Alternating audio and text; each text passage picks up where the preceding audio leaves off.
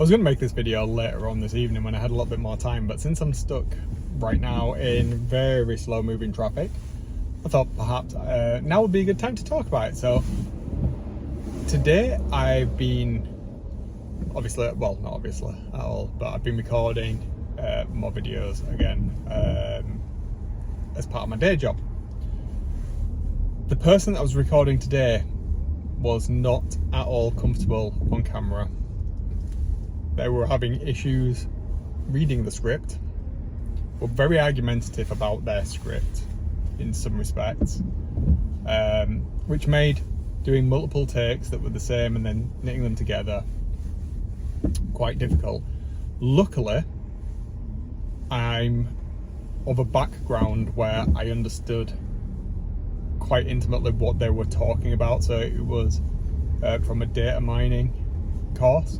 What they were talking about was a lot of subject matter I'm academically very familiar with myself, so I was able to deal with that. However, it really goes to show that preparation is key. Now, a lot of what I've talked about before when I've been talking about my job, my role, is the optimization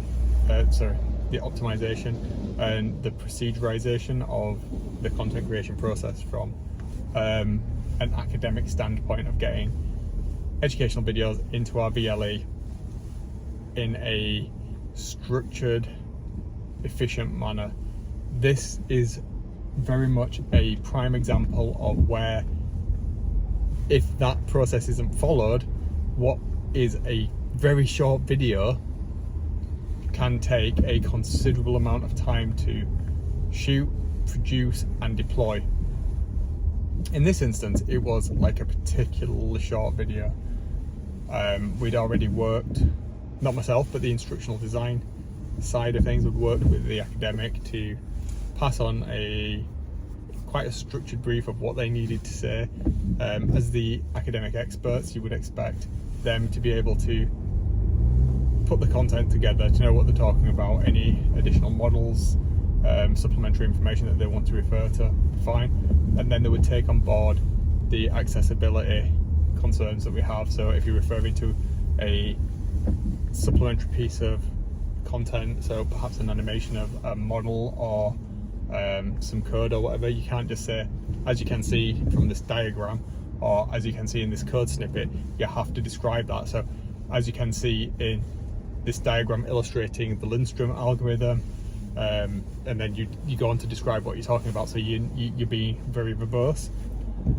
That was not the case today, and when we had the conversation with the chap, it was just difficult.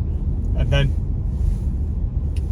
quite a difficult conversation to have with him further to that was his on camera presence was non-existent.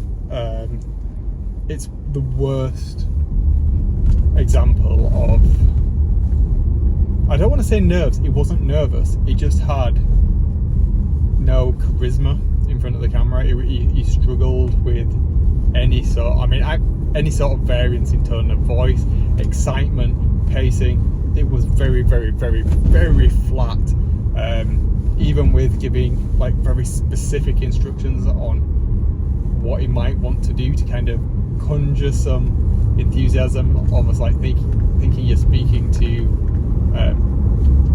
an interested student that doesn't have a grounding in what you're talking about. So you're really explaining the minutiae or talking about his research, what gets him excited about the subject area. None of that, and he was trying, was the chap, and he was saying things like I'm smiling.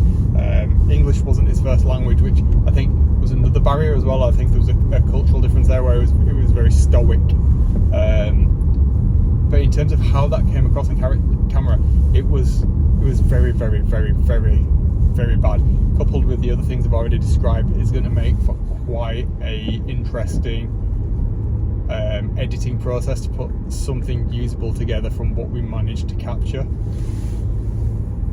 My takeaway from this is I'm confident that the process I've put in place, the guidance and the workflow around what I need to create this is more than adequate. I feel it is. I'm certain it is absolutely fit for purpose.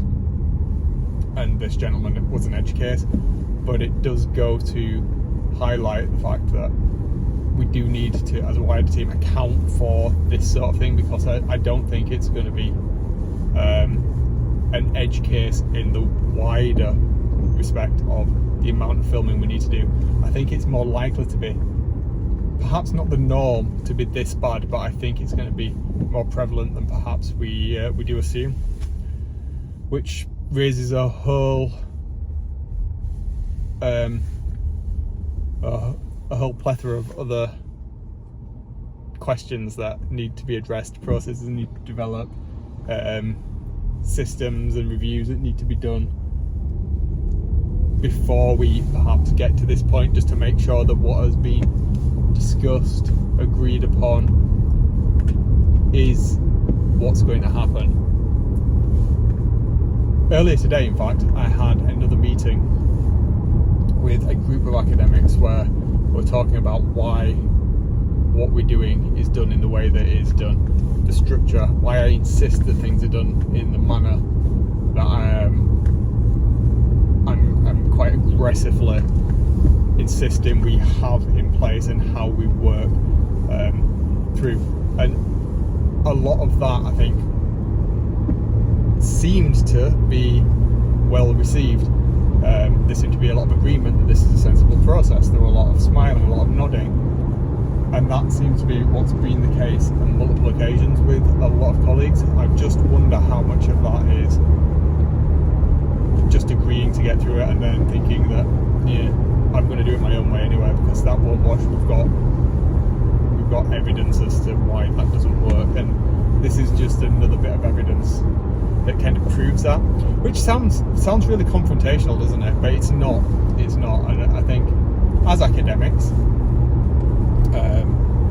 and as creatives, I'm straddling those lines. I'm straddling them like straight down the middle.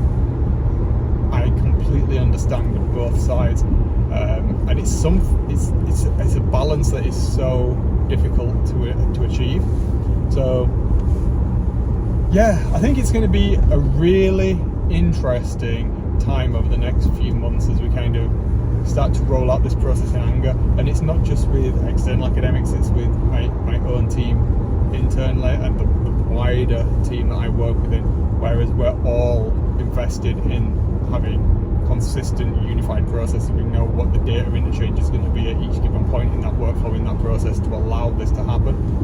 But for that to happen, there needs to be structure, and that structure needs to be adhered to by all of the stakeholders inside of that. So yeah, that's been today, and I'm going to leave it there because I've said a lot. I feel I'm still in that academic headspace.